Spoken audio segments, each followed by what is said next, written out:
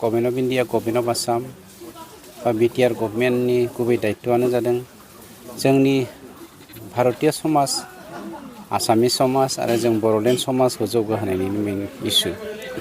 गतिके बे खामानिखौ जोङो मालाबाबो खिरफिन खालामालासेनो मानव गेदेर प्रमद बर' बिथांनि दैदेननाय आरो बानजायनायाव जोंनि सरकारनि साफ्रोमबो इएम एमसिएलएफ्रा गावबागाव खामानिखौ मावगासिनो दङ।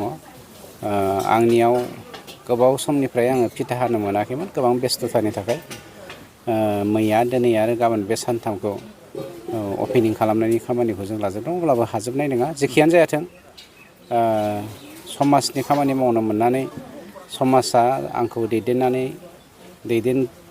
दैदेनहोहरनायनि थाखाय आं हामबाय होनदों जोंनि 14 नं चिरांदुवार बियाबनि रायजो राजा बिथांमोनखौ।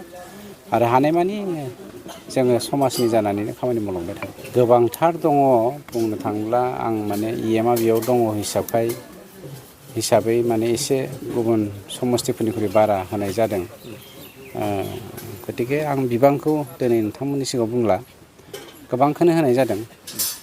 आंनिफ्रायल' नङा, फरेस्ट डिपार्टमेन्टनिफ्रायल' नङा, पिडब्लिउडि, डब्लिउपिटि, पिएनआरडि, एग्रिकालसार, बेनिफ्राय वाटार रिसोर्स, बेनिफ्राय सयल कनजारभेसन, ओमफ्राय पिएइचइ, बेफोर डिपार्टमेन्टनिफ्राय अजस्र खामानि फैगासिनो दङ। स्पेसियेलि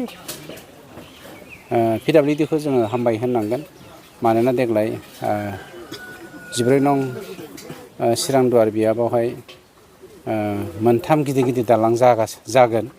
मोनसेया अलरेडि अनगयिं प्रसेसआव दंखायो, बेंटल सेरफां आरो बेंटल भिसिडिसिनि गेजेराव मोनसे दैसा दङ, बे दैसानि सायाव बाखि आरो मोननै जाबावसिगोन। बेनिफ्राय दिनैनिफ्राय जोंनियावहाय गुडविलनि मोनसे लामा 4.5 किल'मिटार जाबावसिगोन। गाबोन समफोरनिफ्राय आरोबाव 15 किल'मिटार ब्लेक टपिं एमएलए बिथांनिफ्राय फान्ड फैदों, बेबो जागायसिगोन।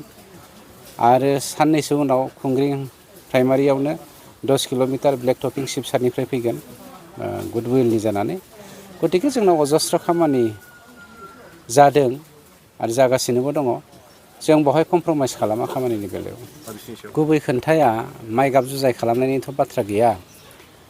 थांनाय 17 बोसोरावहाय एनडिएफबिनि सोमावसारनायनि थाखाय बिपिएफआ साहा ओनसोलाव खामानि मावनायनि मुङाव सेंसन खालामदोंबाबो खामानिखौ मावालासेनो फैसा जानायनि थाखाय साहा ओनसोला डेभेलप जायाखै।